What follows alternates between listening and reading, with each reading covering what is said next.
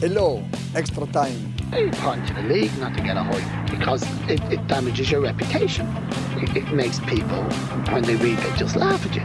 The single club, they're playing in the League One and they're playing in the Europa League and they're credit the game in this country. Maybe we should get Stephen Kavanagh down to manage the Irish team. Welcome everybody to another episode of the ExtraTime.com podcast. I'm your host Luke Jordan. Delighted to say Macdara Ferris and Dave Donnelly alongside me today. Lads, how are we? Not too bad. First time on the new podcast, Dave? Yeah, it looks the same, but I suppose it's a new era, so Just looking a bit older now. That's it. I think you're just sitting in a different position. Yeah, well, not as fancy as actually Macdara with his bookcase. I have actually PlayStation games behind me, so I'm not as sophisticated. But Macdara, how are you keeping? Yeah, I'm good. Yeah, we need to do a video. It's always about showing off the bookshelves behind me, you know. Do you want to explain what jersey you're wearing as well before we kick off? No colours in the press box. I'm wearing the blue Centenary Ireland jersey, the one that you were saying Callum Robinson. Did he get a hat trick that night, or was it 2 goals? Got a hat trick. Yeah, he did. You CR7 on the back of it. No, I'm not. I have a few match worn jerseys, and so that's where you're allowed to have a number on the back. But some people probably think I'm a grown adult, so I shouldn't have other players' numbers in the back. So no, this is not a match worn jersey. It's just a plain blue jersey, Luke. If Callum's listening, I'm sure he'll sign it for you and give it back. No problem. Yeah, I'll try and get that for the Armenia game. I might see if I can get him to sign it then. Yeah. And we'll move on. Amy, the guests who are waiting for us. Delighted to say Amanda Budden's with us. Amanda, how are you? I'm good, thanks. Thanks for having me on. First of all, I have to chat about the European games. We'll start with the positive, though. Obviously, getting through the first round, had a right scoring our debut, winning 1-0. Great occasion, I imagine. Yeah, it was great going over. I think we didn't really hype it up a lot before we went, because we just had actually a load of games leading up to it. We had a game every week, so we just kind of focused before we went on each game, and then when we got there, we just kind of focused on that game itself. But I think it kind of worked out in the end, not getting too nervous or too overexcited leading up to it. So that was nice going into the game. And then we kind of just focused on ourselves really going into the game, on our own performance and how we play rather than overanalyzing the other team. But it was class. It was great feeling to win over there. And Heather, she's been a great asset to the team coming in. I think her experience really kind of shines through, and when we're down, especially, or if times are getting tough on the pitch, she can really pull us together. I think she's obviously had so much experience with her the US team and all her arsenal and courage and stuff. So that was good to have her on the team with us. And again, the goal was just unreal. It was great. It was a great win. And even the fans over there and stuff, it was great to have a few people over there behind us. So that helped a lot as well. How do you find her impact in dressing? You kind of answered it there. I imagine it's only positive.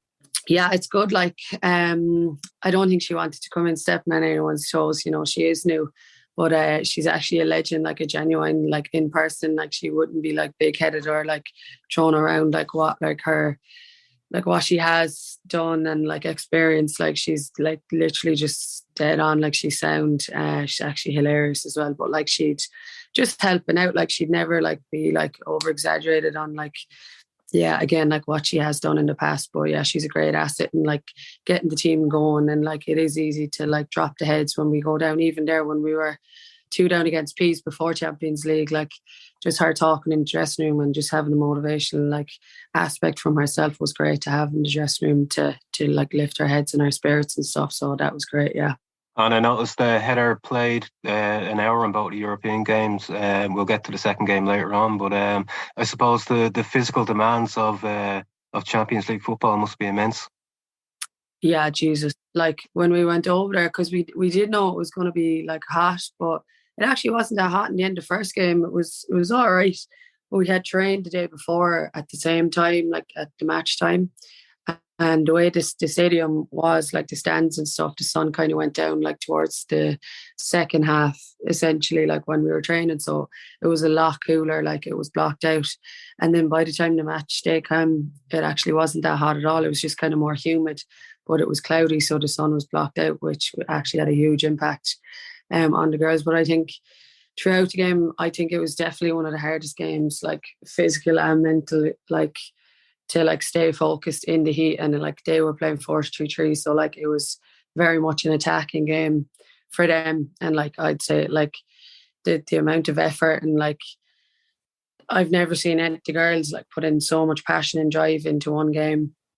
I think, yeah, like even in the second game, I think like the first day after you play a game of that like standard is all right, but the second day is when it really like kicks in and you're like actually proper fatigued, and then you're trying to focus on the second game to get your head back into it. And it was tough. Yeah, I think the girls put everything into the first game, and then yeah, we were kind of a bit drained, saying nothing but a bit drained for the second game. But yeah, it was good. It was good. It was class feeling to win the first one, so at least we got the first win.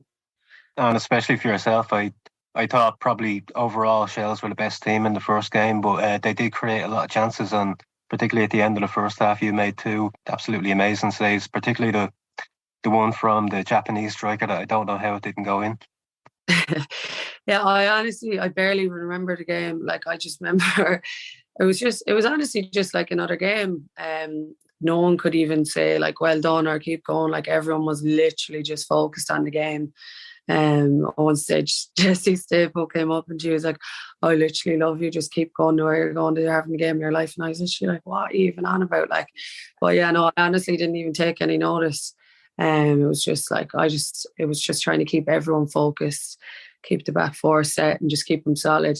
That was just the main objective for me anyway. But yeah, looking back, I think yeah, it was a good game. It was a great team performance, but it was nice. Yeah, it was nice to get a good game in myself as well.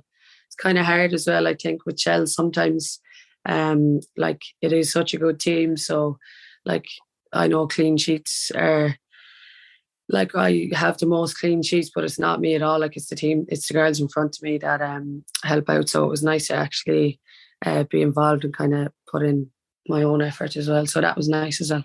Obviously a disappointing result, but again, the effort levels were massive, and I thought certainly at least for 45 minutes you were the better team again. In the second game, yeah, it was just hard. I think, not to make excuses, but there was a few dodgy decisions, and I think it made a lot of us kind of hold back. Like even when a few of the girls got early cards, like Rach got like a card, and she's one of our biggest like defensive midfielders, putting in tackles. Like she was very standoffish after the card, and then Perlo got a card. Like it just changes the whole game completely, because it's obviously in the back of your head, like you don't want to be getting sent off. And then look, I think they're a full-time squad. They did have a lot more in the tank to give towards the end. I think we kind of ran out of steam.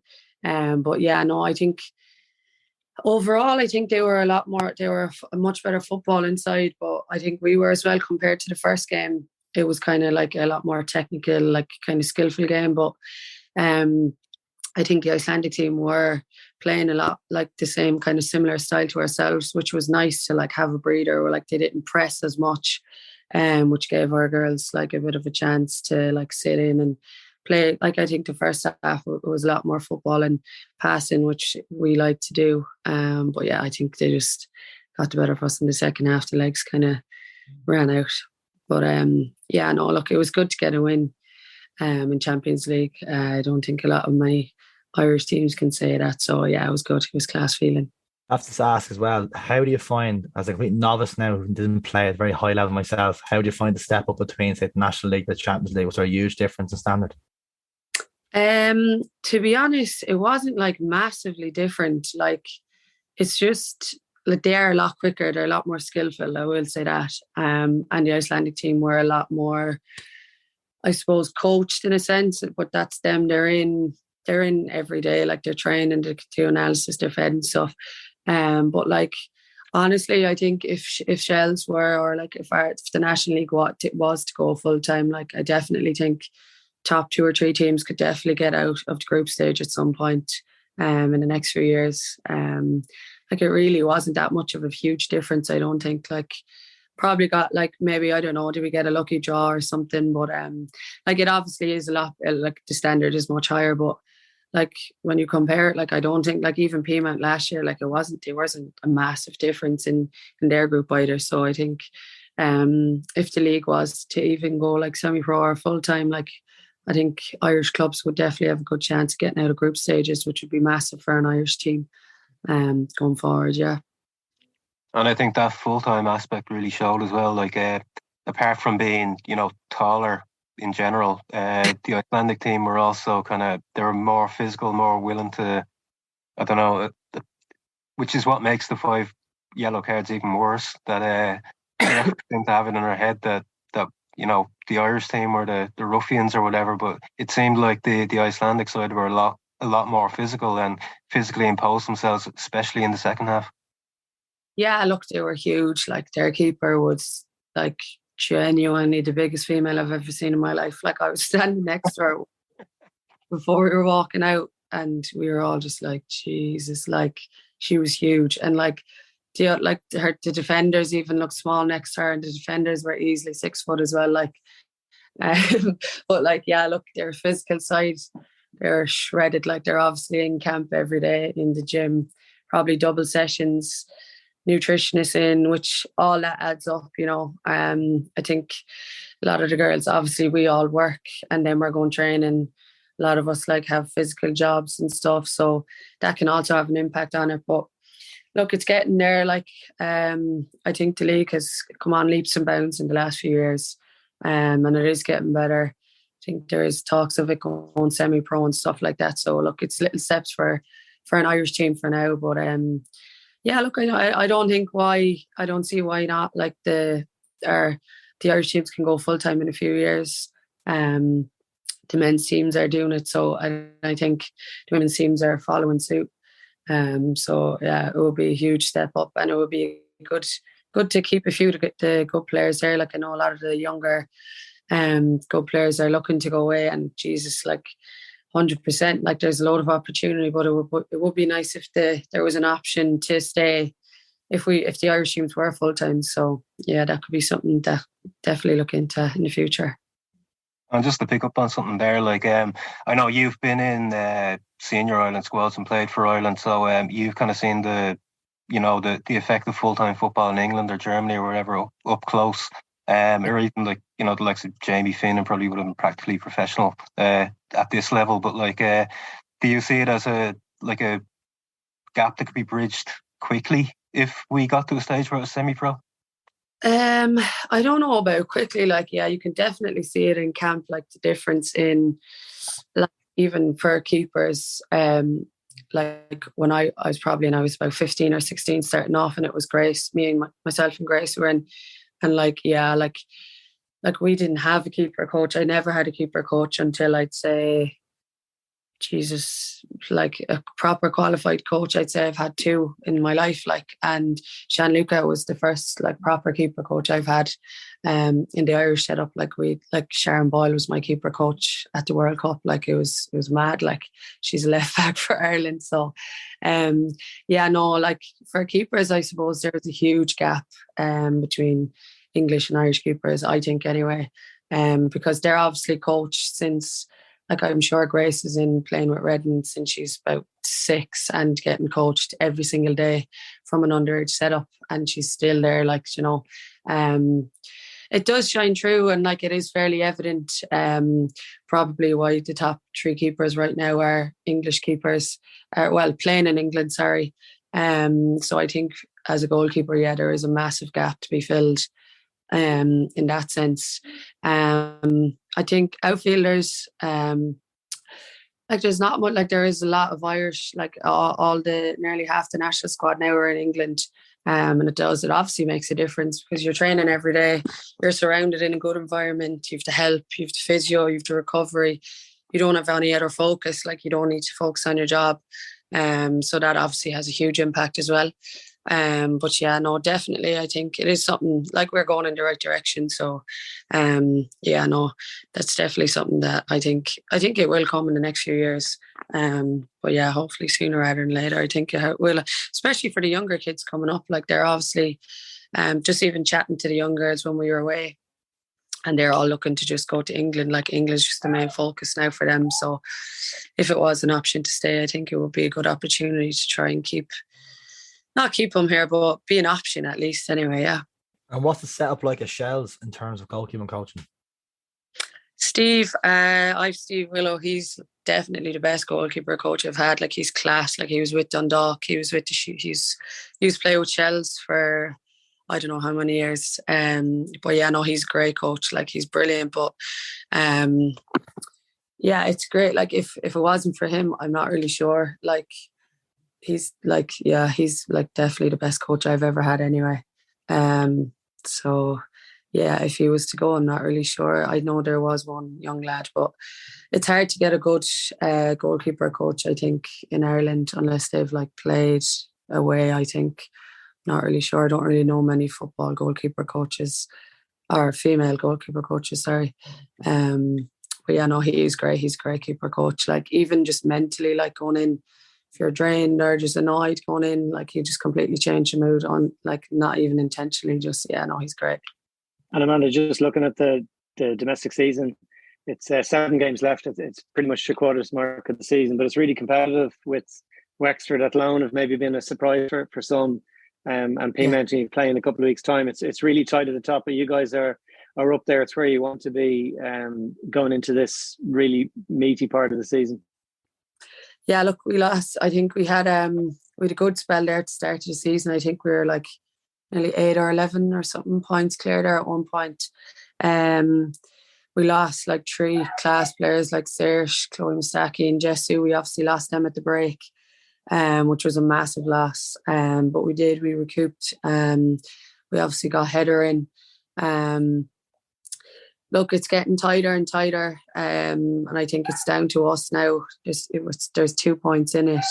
As you said, 7 games left. We've 3 massive games. I think we've Galway at the weekend, then we've Peamount, and we've Wexford away as well, which are 3 massive games, and at Lone away as well, actually. So yeah, like, I mean, it's anyone's, I think, at this point. There's not much in it. So 1 game, 1 draw even, is a points dropped, points gained. So yeah, we basically just need to knuckle down now and give it everything for the last few games. Well, I think once we just get ourselves together now after the Champions League, we just need to get the heads down and cover. Yeah, and just drive for it. It's ours. It's basically ours to lose now. So hopefully we can hang on to it. How does that affect the dressing room, especially during mid-season, and 3 key players in key positions? It's massive. It is. I think the less it's talked about, the easier it is, I suppose. So you just kind of there's nothing you can do about it really at the end of the day. They were basically 3 are like our best players. So there's nothing you can do about it. So we just have to get the girls in. Yeah, Doyle came in left back. She's done unbelievable. We got Heather in the right, and Gemma Quinn, she came from just a local team. She started there, even in Champions League. She's come on leaps and bounds, and made a huge impact. But other than that, we've a great squad. We've great young girls coming up. I think we've got the balance now of the starting 11. We've a great bench. At the start of the season there, we had literally about 2 players on the bench with injuries and people in and out. So yeah, look, I think we've come together as a squad when we really needed to, and I think it'll hopefully do us justice towards the end of the season. And a bit of personal news then for yourself. Obviously, you must be delighted with the news today. Obviously, coming through with the home-based squad. Yeah, look, it's great. It's good to get in and play with, I suppose, the other great players in Ireland. It's a good session. It's a good keeper.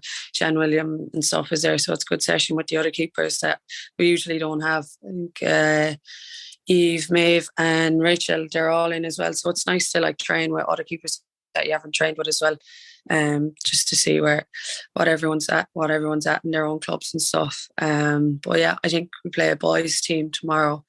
But yeah, it's nice just to see the girls and train with people you haven't trained with before and just meet the other girls there as well, yeah. And Eve has told me before about kind of the individualised goalkeeping training. Can you explain a bit about kind of what the... I know there's a national coach who goes works with a few of the different goalkeepers? Yeah, no, it's just in home base really. He just comes over, so the girls, they're obviously in camp next week. So I think Vera and Jan just come over maybe a week or so early and get a session in. But yeah, he just comes, and then the keepers come like a half an hour earlier than the outfield players. So we just get an extra bit in. It's just to get an extra bit in, I think, really. So he can see himself where the keepers are at, and then just make his decision on who he wants to pick from there, I suppose. Yeah, because it seems that Vera is kind of choosing 4 goalkeepers at the moment, and Eve is getting a nod at the moment. But surely you're close to the line as well. I think it was Nisha was in last camp, so she's obviously gone to Durham now, so she won't be in home base. But look, it's nice to get called in, and it's nice to be recognised, I suppose. So we'll see after home base how that goes. I think she kind of just picks a few players after that. So yeah, look, it would be nice to get called in, but we see how it goes. And just looking ahead to Saturday, obviously the televised game, you're going to be on TV again, obviously, but you're facing one of your former teams as well in Galway. Yeah, it's actually nearly a completely different squad. I was actually looking at it there. There's loads of new faces. But yeah, look, Galway are a really tough side. They're so hard to beat, especially at home. Like, they really put everything into their games at home. DC's class pitch, class stadium. They're well coached. Like, they have a great team. So it's really tough, especially a late kick-off as well down there. Waiting around all day is hard enough. But yeah, no, I think it'll be a great game. Be a great game to get on TV as well. Be good footballing game anyway. So yeah, hopefully we can get to win and stay top of the table. And Galway are one of those teams that, along with that alone, they've brought a good few American players into the team, new players into the league. I suppose it makes it a different challenge to play players maybe you didn't grow up playing against. Yeah, they do. They do actually bring in Americans. We actually signed Emma Starr as well. She was with Galway, and she's been a great addition. Geez, she's like a powerhouse there in midfield, especially like when we were away. Just doesn't stop running. Like, and I think that's like an American trait. Like, they're just athletes. Like, just run all day for you. And yeah, they've brought in a few Americans now. Hopefully they don't run too much, but yeah, no, look, they've great players throughout the whole squad. They've great experience come into the club. But yeah, no, I think it'll be a good game, well-matched game. So yeah, hopefully it goes our way. Last question then from me. If I hit you for a score prediction, what are we saying? God, I'm going to have to go with Chels win. I'm going to say 2-1 Chels. I thought you were going to say 2-0, keep a clean sheet again. Go 2-1, hopefully 2-0, but we'll say 2-1. Oh, Galway always sneak a goal in down in DC. Amanda, thanks so much for coming on. Really appreciate it. Yeah, cheers. Thanks for having me. Amanda. Get in touch. You can email us at extratimelive@gmail.com or tag us on Instagram using the hashtag League of Ireland, or tweet us at extratimenews. Let's do it. So we've had enforced substitutions. Dave Donnelly's had to go off, unfortunately. He had to go to work. But we're delighted to have Stephen Kavanagh on the show. Stephen, how are you? Yeah, not too bad, lads. How are you? Not too bad. Big debut next time. Yeah, looking forward to it. Thanks for having me on. No problem at all. Macdara's still with us. Don't worry, lads. He's still here. Before we even chat about domestic action, we'll just touch on Europe really quick. 4-0 loss. Macdara, kind of disappointing in a sense that, last week we were hoping to, if it came out of 1-0 or 0-0, be great, but 4-0 kind of, without saying it, kind of kills the tie. Yeah, no, they're out of it. Like, Rovers, they'll need to get 4 goals. They've only managed that against, I was going to say no disrespect to Bangor Celtic, but like, Rovers beat them 4-0. They're not going to be the side that were in the Champions League in the last group stages in the last couple of years, and Europa League group stages last year. 4-0. Yeah, I didn't have much expectation. I know when we talked last week, you went for a draw. I thought I was hoping Rovers might get a 2-1 defeat and have something to take back to Tala, but they were really, really good. They were a really, really good side. And I know we were chatting to Amanda there. She was talking about the heat when her game in Champions League, but this Europa League playoff, I feel like it was 36, 37 degrees at kickoff, which certainly didn't help the didn't have the Rovers team. But no excuses. They really didn't create an awful lot, too many chances, and it was the usual case of getting punished, errors getting punished at that level. Those teams are absolutely ruthless. And the difference is, when Rovers have been beaten away from home, it's been against those better teams, the likes of Slovan Bratislava, Ludogorets, and now these guys, like against the opposition that aren't as good. The results have been pretty good away from home. So yeah, it's just a pity that the tie at least isn't there, and there isn't the interest, because RT turned up to show it, and they show Rovers getting tonked. I think Rovers will be more competitive, probably a little bit because Ferencváros will probably ease off a little bit. They've got the 4-0, lead. So hopefully Rovers can get a result and help the old coefficient. Yeah. Now, last week I was very positive towards Stephen Bradley. I want to point out, I guess no one heard this from last week. But I was positive last week towards Stephen Bradley. But I'm going to throw a question to you. Is there a trend when your Rovers play European ties against decent team that Stephen Bradley doesn't maybe tinker his formation or tinker his tactics, and they seem to get beaten a good bit? So like, there's a bit of a trend against decent teams. Take Limassol, take Bratislava, take Ludogorets, and now take how do you pronounce the team again? I'm struggling with that one last week. Ferencváros. I just think there's a slight trend against decent teams when they're away from home. They seem to get tonked instead of maybe being more sensible away from home and trying to shut up shop. That's my opinion. I'm curious to hear what the Rovers fans say. Yeah, well, he went with two up top. So he went with Gaffney and Green up top to try and take it to them rather than play a 3-4-3. It was more of a 3-5-2. And that worked. We'll talk a little bit about the Dundalk later on.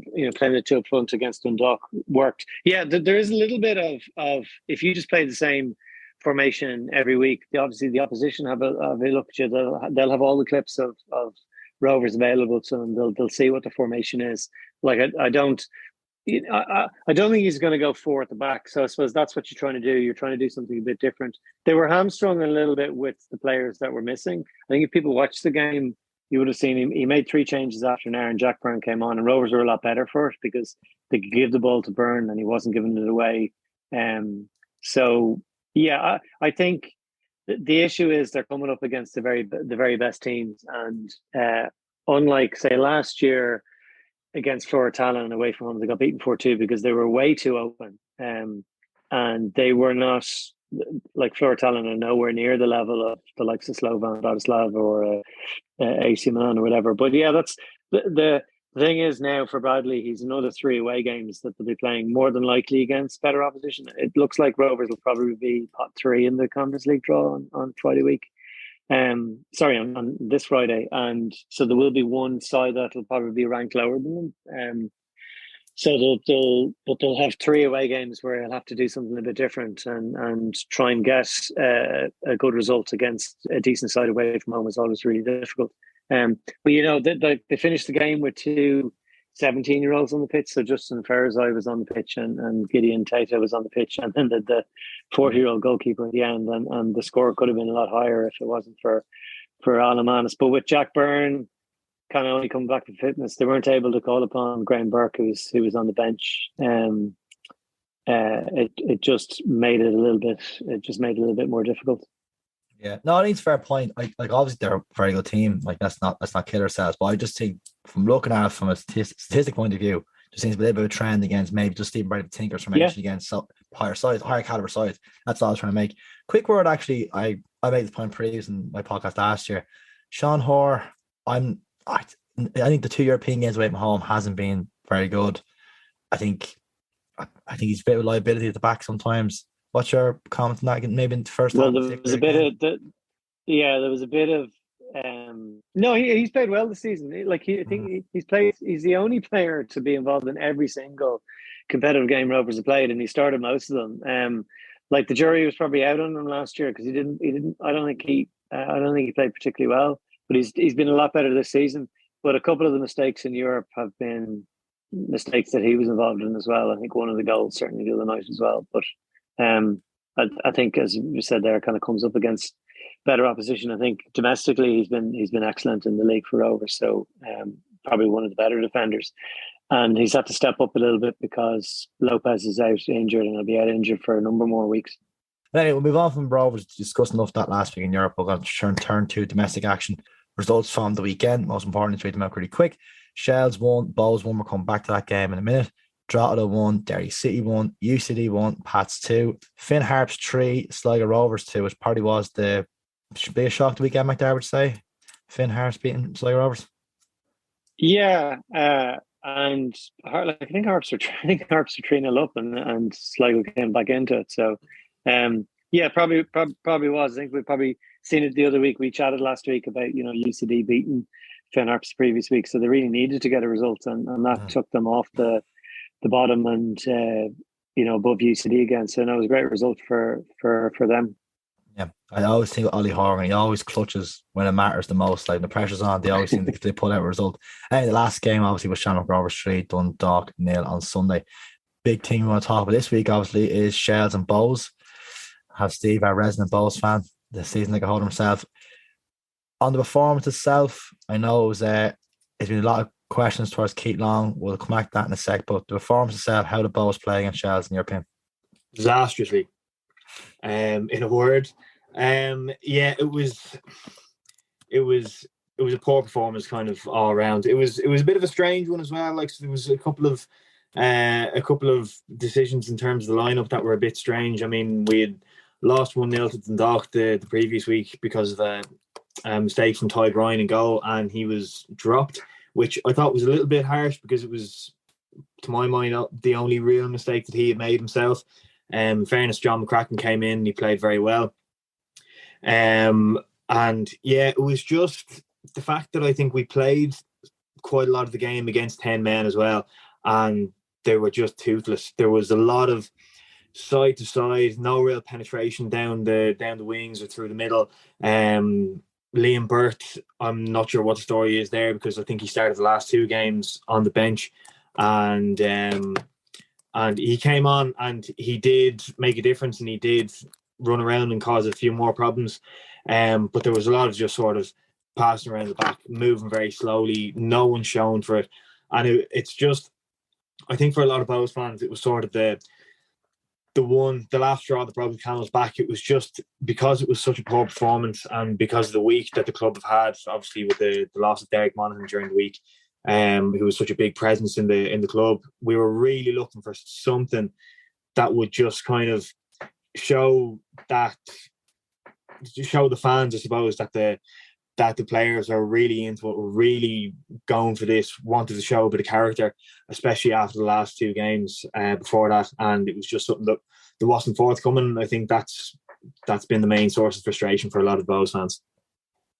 Yeah, and I think obviously it's important to be send our condolences to the Monaghan family before we move on to talk about other stuff, and perhaps very tragedy for the club and obviously his family. Just on obviously Bowes themselves, I didn't see the game, but from reading the social media reaction, again, a lot of people aren't happy. There seems to be a bit of turmoil, like as in a lot of players coming in the door, players leaving the door as well. There's Dawson Avoy leaving, is a bit huge loss. All doesn't seem to be right in the camp at the moment from the outside. Even from the fan point of view, there's a lot of things that aren't going right as well. I mean, there's a lot of people, and I think it's kind of gotten louder over the last couple of weeks and months, looking for Keith Long to go. To be perfectly honest, I really, really struggle with it because I could see him going, I could see him staying, I could see him walking at the end of the season, I could see him wanting to keep going because the team are going full time next year. It's one of those things that time moves differently in football. When you don't have the results going your way, suddenly pressure ranks up, and the first person in the firing line is usually the manager. And I think a lot of the time, people will say he's been in the job 8 years, hasn't won a major trophy. A lot of the time people are forgetting the fantastic ride that we had last summer, narrowly missing out against Pauk in what was particularly in the game the Aviva, which is unbelievable. Fantastic summer with those games at home and abroad, getting all the way to the FAI Cup final as well. And then this season, I mean, any manager I think in the world is going to struggle or do even worse than Long has. with losing the spine of their team. I mean, they lost Rob Cornwall, Keith Buckley, Ross Tierney, Georgie Kelly, and then obviously Andy Lyons as well. Pretty much one after another. So not too long after that, James Talbot is injured for God knows how long after training with Ireland. Not too long after that, Dawson Devoy heads off to MK Dons, and Promise Sherry follows him out the door as well. Stephen Mallon, despite the fact he didn't play a huge amount, he's gone. He did look promising when he did play, but it's just too many injuries. And now with losing all these players, and Long said at the start of the season that he wasn't overly happy with the recruitment. He thought we were still a couple of players light, and he's after bringing in 9 players, I think it was 9 anyway, through the summer window. So I think it's always going to take a lot of time for these players to adapt and kind of get up to speed and be able to gel together properly. And I think a lot of the time people are jumping the gun maybe when it comes to that, and maybe judging the different players. Some people mightn't have come in fully fit, and so, like I say, it's a bit of a thankless task. I can't see him going or getting the bullet before the end of the season anyway. If things turn around a little bit, then fantastic. He'll go, or he'll keep going on to next season, especially with the team going full time, I believe, next year, and with a full pre-season with all these other players. But yeah, there's a lot of just sort of unrest, and like I say, it's not so much about the players kind of coming in. It's a lot of the time about the attitude that a lot of people would think should be coming from the top down. The club's doing fantastic things in the community and with the women's football and everything, which is great. But it's on the pitch with the men's football is kind of the big interest and the big selling point of the club, and that just isn't good enough at the moment, unfortunately. It's funny when you mentioned James Talbot getting injured in the Ireland camp. In my head I was thinking Jurgen Klopp, if he was hearing this, he putting something together saying Kelleher and Talbot injured. No, it's funny you mentioned the Pout game. So like really quickly go through the lineup really quick, and you already mentioned the lost players, and I'll come back to Macdara of this one. Ross Tierney gone, Georgie Kelly gone, Anton Breslin gone, Keith Ward gone, Dawson Devoy gone, James Talbot said is injured, Andy Lyons gone, Rob Cornwall gone, Keith Buckley gone. Macdara, if you lose that amount of players in a team in less than a year or just over a year, you are surely going to struggle. Yeah, completely. We kind of said that at the start of the season. It is, as you said, it's the spine of the team, and not only that, then to lose the players during the season. So you have a couple of players, you've Dawson Devoy and Promise Summer going during the season as well. Now I think some of the recruitment has been good. Like John O'Sullivan seems to have slotted in really well. Stephen, where did the new goalkeeper come from? The new fella, I think John McCracken, who played at the weekend, I think came from Norwich. I think he's only on loan. Okay. And then Ty Grine, who was second choice to Talbot, came from Treaty at the start of the season. Yeah. So no, it's very difficult when you do that, and it's also they've lost. So some of those players have gone outside the league, and then some of the likes of Andy Lyons doesn't help when he goes to Shamrock Rovers, and he's been one of their best players as well. So you're kind of helping you're helping your rivals. I think the like it's interesting to hear that they're going to go full time. Like there are players around the league that are with full time clubs that also have jobs as well. But I think probably going full time, meaning training in the morning, meaning you're not kind of doing all the stuff during the day, and actually you can be more focused on your football. I think you get more out of it in terms of rest and recovery, training in the morning as well. I think that'll help Bohemians. But the fact, they haven't won a major trophy in so long, but I think they've always been playing catch up, and every season having to renew it. I think maybe we mentioned it last week, but I know Daniel Lambert talked about having 14 players on their contract for next season. I think that's probably what they need to do, is that the financial position that they've got from the European run last year, the fact, the Matt Doherty money that they got, a little while ago has given them that financial stability where you really need to be able to, if you have better players, to try and hang on to them, to give them longer contracts. And then if they do go elsewhere, that you're not selling yourself short in terms of players going for free or having really low buyout clauses, which I understand they don't have for any of those 14 players that they have under contract for next season. I think that's the real difference. Whereas they haven't been able to do that. Now, potentially there were maybe players that they were able to sign because they were training in the evening, and they're not going to have that opportunity. But I think overall it's more positive if they go full time with training in the morning, than trying to pick up players who maybe are looking to go elsewhere. Yeah, I think so. And like you say, with these whole things of the players signing for multiple years at the beginning of the season, obviously it was kind of a big thing for the club that we missed out on Europe this year. But it was kind of said at the beginning of the season anyway that the financial side of things wasn't going to be an issue this season. Kind of, we had the money that we needed. It wasn't going to have an effect on players going in or out. That did kind of, it did kind of go against what the club was doing in a certain way when we hadn't kind of recruited to the extent that we wanted to before the season started.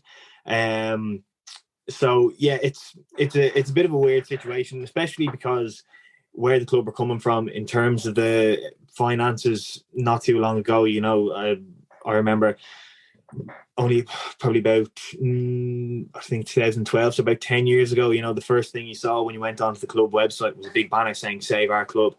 So it was from where we've come from, off the pitch in particular, is huge.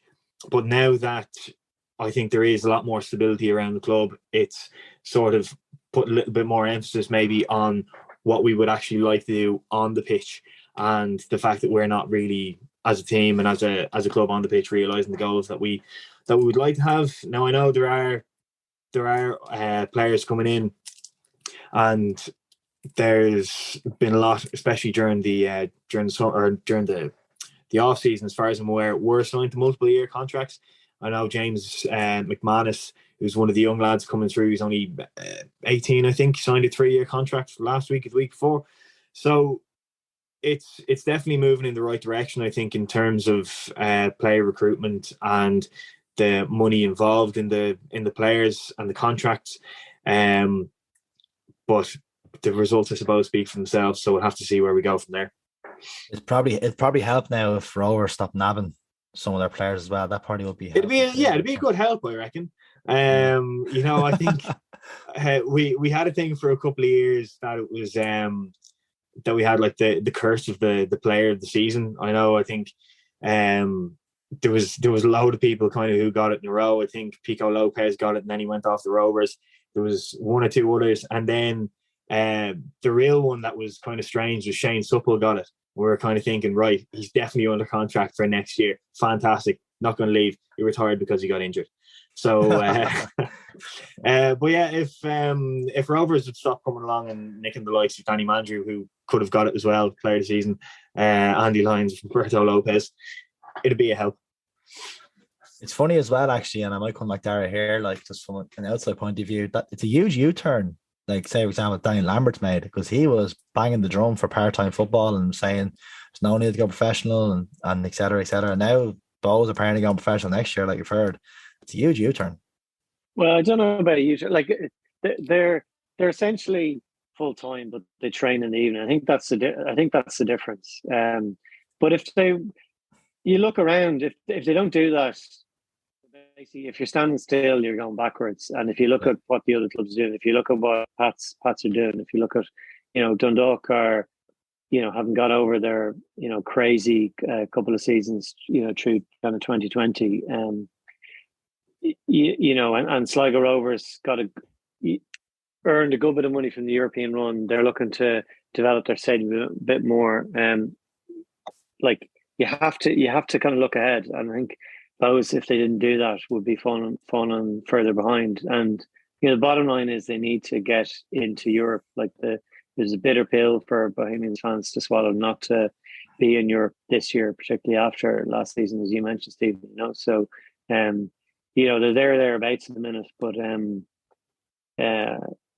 getting to the cup final and being so close, but it's all about really getting to Europe, because that brings the financial reward that can make a huge difference for the club for seasons to come.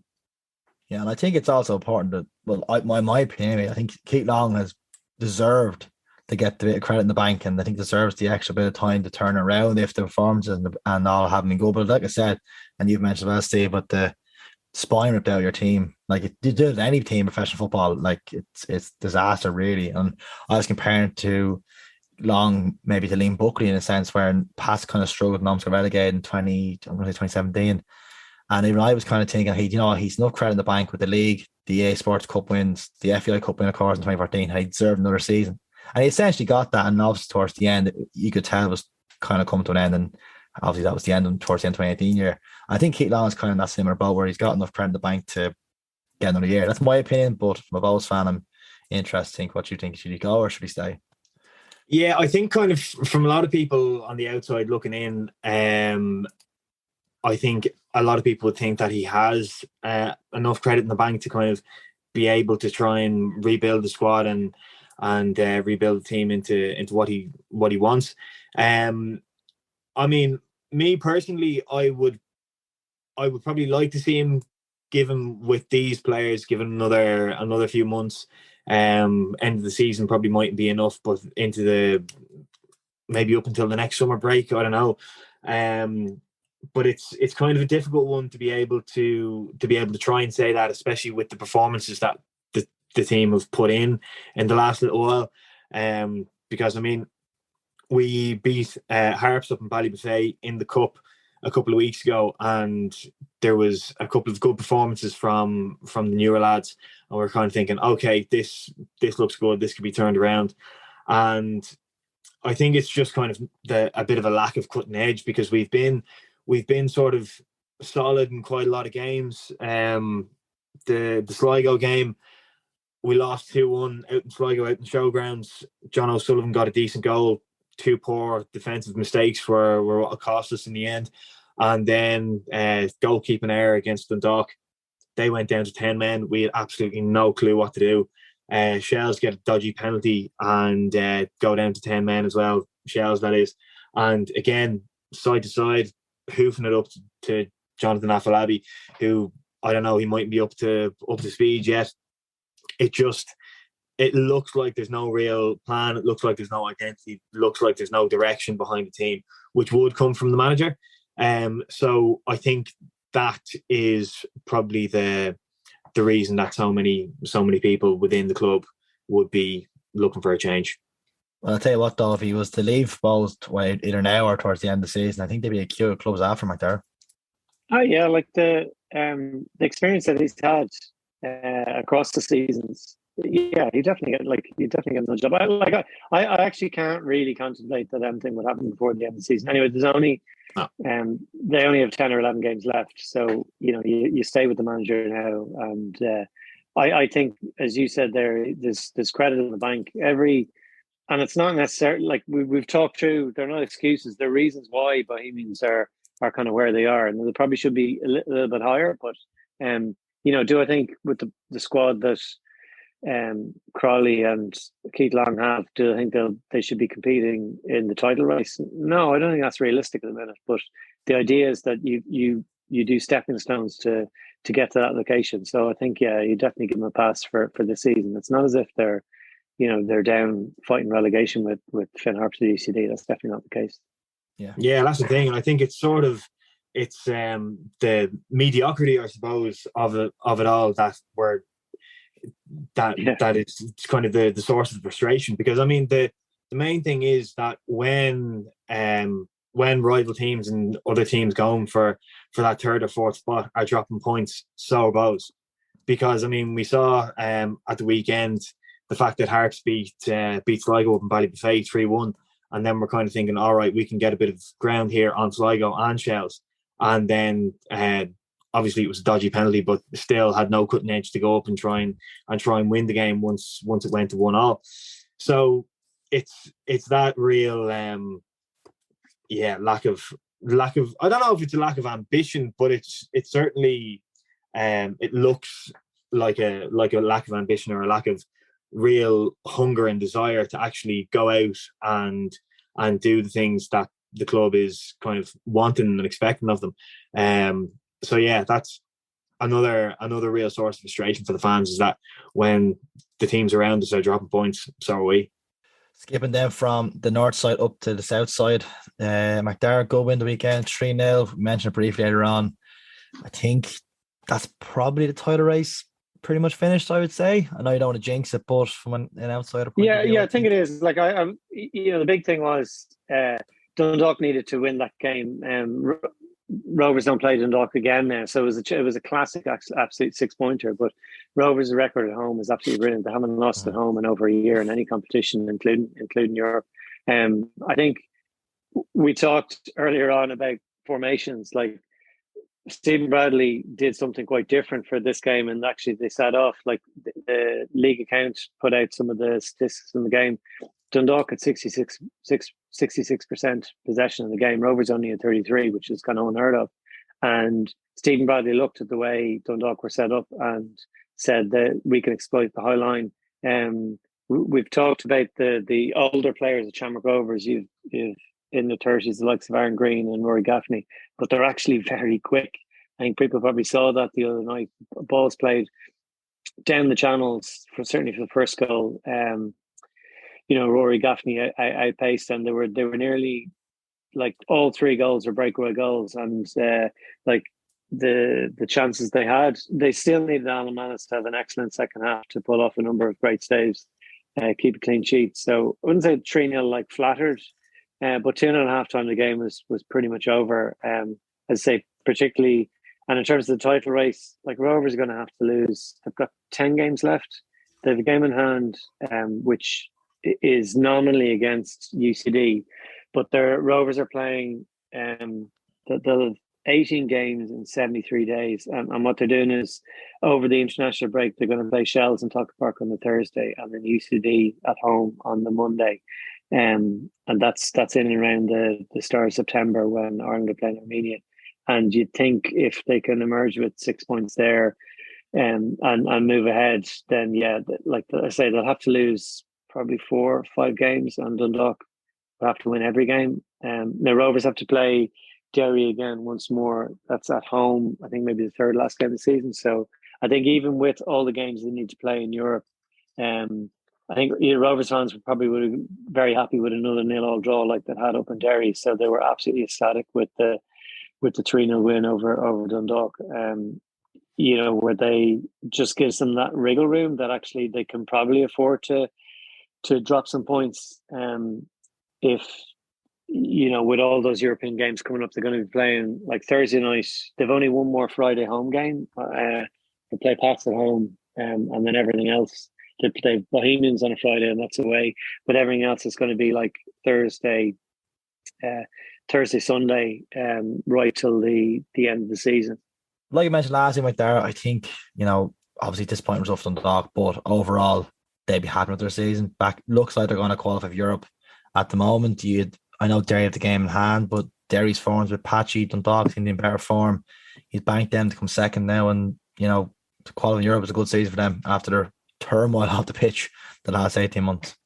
Yeah, that's the aim, is to get into Europe, and they've mounted a title challenge between themselves and Derry. They'll be looking to get that runners up spot.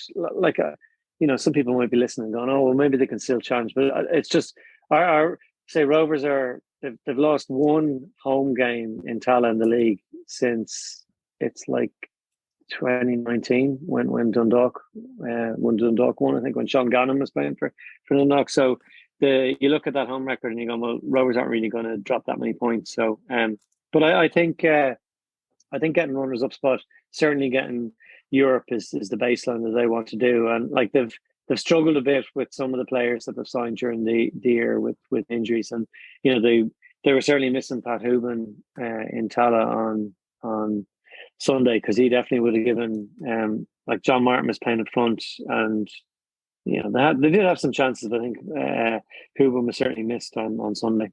And then for the race for fourth, which I think Pat's now in the driving seat, I think. Got nice gap opened up between the other 2 clubs. Yeah, but there's still a fair few games to go, and teams playing against one another. So you're thrown in where the cup is going to go as well. There's some big big teams are out of the cup already, and potentially like Rovers go to draw it on Sunday. If they continue in the cup, it'll cause some real fixture headache. At the minute, they've enough kind of spare dates, but if they got to the semi-final for Rovers, that would clash with one of the league games and need to do something else. So depending on where the cup goes, that dictates where that final European position will go. But say this, I think Drogheda might fancy themselves against Rovers. Obviously, Pats are out of the cup, so you don't need to be reminded of that. But there's some good teams that are already out of the cup ahead of going into this second round this weekend. Steve, do you give Bowes any chance? Maybe get some late form to have a late run for fourth? On current form, probably not. If I think the players that we've got in particular, we've done well with the likes of Josh Kerr coming in, James Clark, who's coming in from Drogheda, looks really good. John O'Sullivan, Varian, Afolabi coming in as well. I mean, if these guys can kind of get a bit of fitness, and Afolabi in particular, and gel together, I don't know what Keith Long and Trevor Crowley have to say to them. Maybe even, I don't know how close James Talbot is to fitness. I've seen him walking around now without a sling, so I don't even know if he's back in training. If they can, get one or two results and maybe go on a bit of a run, then yeah, absolutely they can still get top four. I think, especially like Macdara said, there's so many teams still to play against each other. But on current form, it isn't looking particularly likely, and it might be even more likely that we just somehow get a cup miracle and not lose on penalties this time. And just on the cup, like both have a favourable draw. They're away to Lucan United. That game is in Damon Park on Friday, so you expect they'll go through. They're through to the quarterfinal then at that point. So they'll have that taste of being in the Viva last season, and they want to get it back. So a good cup run, going all the way to lifting the trophy in the season, you definitely wouldn't dismiss it at all. I'd still say it's fairly optimistic on the showings that we've had the last little while. I mean, yes, I would expect us to go through this weekend, but I mean, there's still a couple of good teams in there. I mean, I know Drogheda will give Rovers a good go, I'm sure, but at the same time, it's very easy that Bowes could play a strong team like Rovers in the quarters or semi-finals, or even in the final itself. So, like I say, I would probably have to put it down as being in miracle territory, but stranger things have happened. So, for my sake and the sake of the club, let's hope so.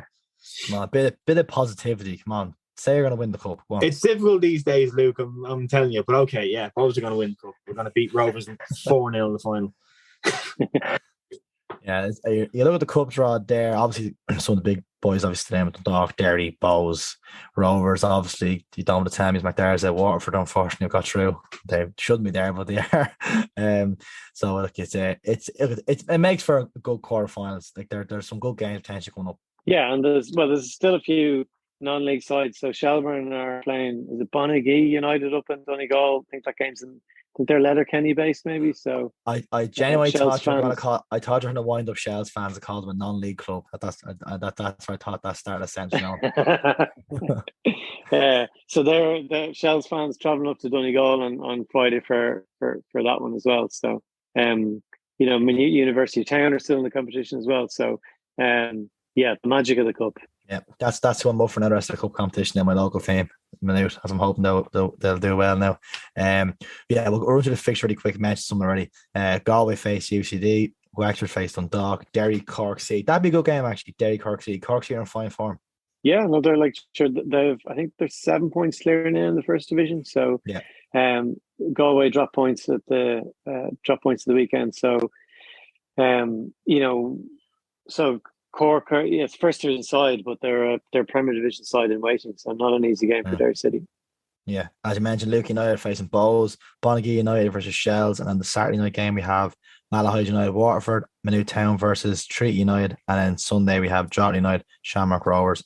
Yeah, you fancy Shamrock Rovers to go through them, it's away from home. Fancy away win there, Macdara?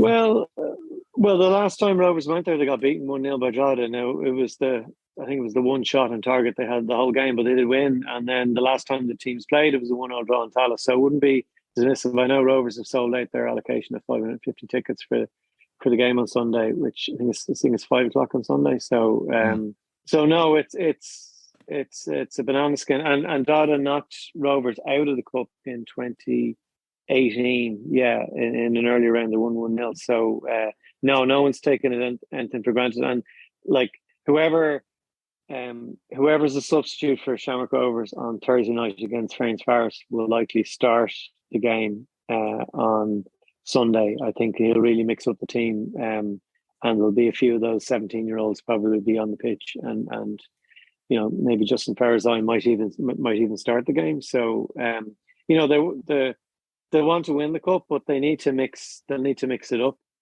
with all the games that are coming with Europe. So the expectation is I don't know, it could be it's definitely a potential banana skin. And then the other thing from Rovers fans' point of view, they're kind of going, well, you know, what are we concentrating on? It's all about winning the league and doing well in Europe. But yeah, it'd be nice to get a result up in Drogheda on Sunday all the same.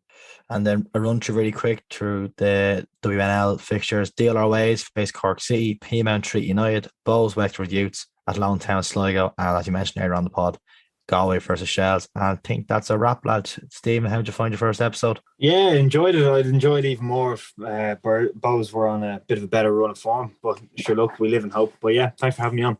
No problem at all. Macdara, thanks as always. Grant, it's all about now rest and recovery, Stephen. Now, you know, just make sure you rehydrate after this, after the podcast. You know. Yeah, of course. We've got a nice protein shake here to go as well. Bit of flex there for the gym, is it? Oh yeah, of course. And lads, thanks as always. Next week we'll preview the women's national team game versus Finland. Kind of a big game. We'll chat that more next week. Good luck to all the teams in the cup, and we'll see y'all next week.